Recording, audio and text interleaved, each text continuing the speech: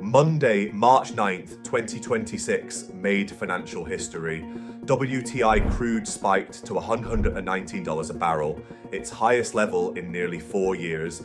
Then it violently crashed back down by over 30% in the same session. So what just happened, and what does it mean for every major asset you are trading? The oil shock and surge were structural. The Strait of Hormuz, which handles roughly 20 million barrels of daily global supply, is effectively blocked. Southern Iraq output is reportedly down 70%, with several producers declaring force majeure. The market was pricing in a genuine shortage of physical oil delivery. But the violent crash triggered the moment President Trump came out saying the war would end very soon.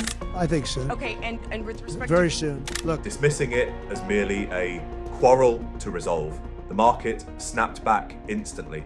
An estimated $6 trillion was lost in value from US markets in that single session. The G7 is signaling emergency SPR releases, and OPEC Plus has announced a modest production increase for April.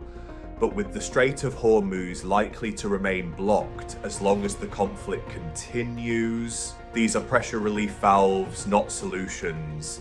The next headline from the Gulf will probably move this market violently again.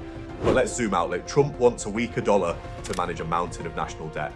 But the geopolitical shock forced a massive safe haven bid into the dollar. And the Fed, if oil prices remain high, that is an inflation shock. And summer Fed rate cuts evaporate. But if oil prices keep falling, the Fed's path reopens and a June cut might start getting priced in. Right now, rate cut expectations are around where they were before the war started. So everything hinges on what happens next. In the Gulf, Europe remains the most vulnerable. Energy dependent, facing a surging dollar, and with no domestic oil buffer, the EUR-USD pair is displaying that weakness directly.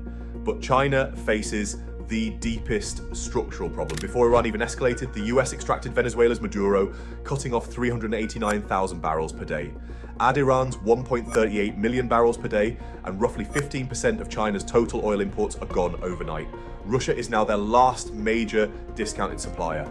But here is the real macro story. China sits on hundreds of billions of US dollars in reserves. Being forced to buy oil on the open market in dollars drains that capital. So what does China do? They have already been answering that question. 15 consecutive months of PBOC gold purchases, quietly reducing US Treasury exposure while building a hard asset alternative. The dollar strengthens in the short term. But every barrel China is forced to buy in dollars might accelerate its long-term push away from it.